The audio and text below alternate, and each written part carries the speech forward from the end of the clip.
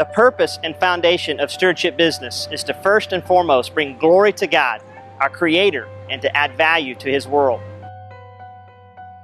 God created the world not for people to merely consume it, but to steward what He has already created, to create new cultural goods, to create stewardship business that will glorify Him and bless humanity along the way. Over the last few years, we have visited businesses and their leaders in countries throughout Asia to observe and learn from their experience. Listen to what these business leaders are learning from businesses they have created in the emerging world. I have been doing this business for 6 years, and I did a similar business in Bangkok for 2 years under someone else. I've been involved in entrepreneurship for the last 25 years in Southeast Asia. Been doing business in the emerging world here about 6 years now. I've been here in Thailand for about 3 years, and we've been working with this specific business for almost a year now. I moved to the emerging world in 1996, so just completed 18 years. So it's been a journey. I grew up in a business family, find it a natural fit into living a holistic life, doing business in emerging market in Southeast Asia. What I've learned the most is it takes a lot of time, a lot of patience.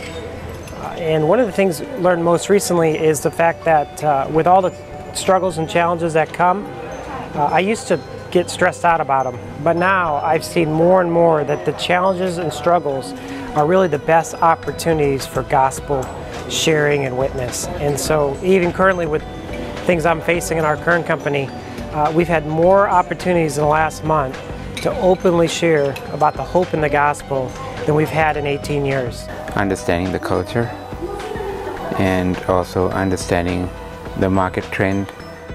The things I've learned in business in the emerging world, I would say, are very parallel to the things I've learned about life in the emerging world. I mean, I see things kind of holistically too, but you have to be very focused. You've got to be committed really long term.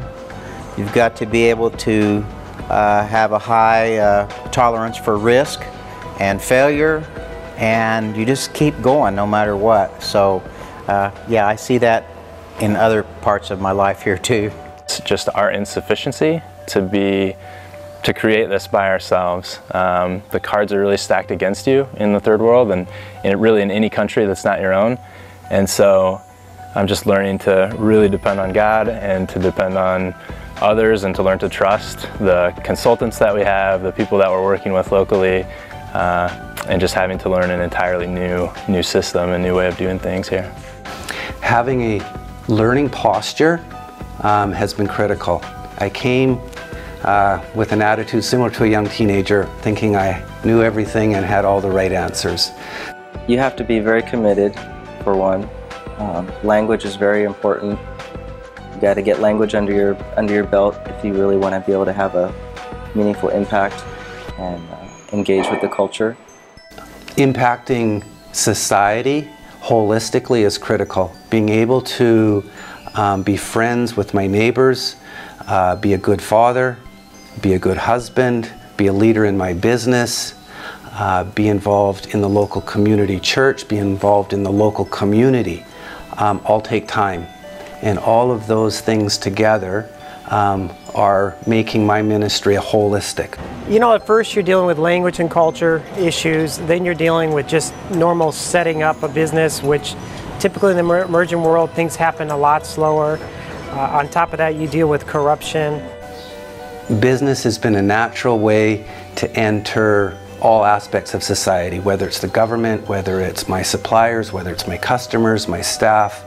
It gives me a great opportunity at many levels of society to be able to be just a person and to live out Christ there. Key struggle in doing business in the emerging world for me is just dealing with the differences in worldview.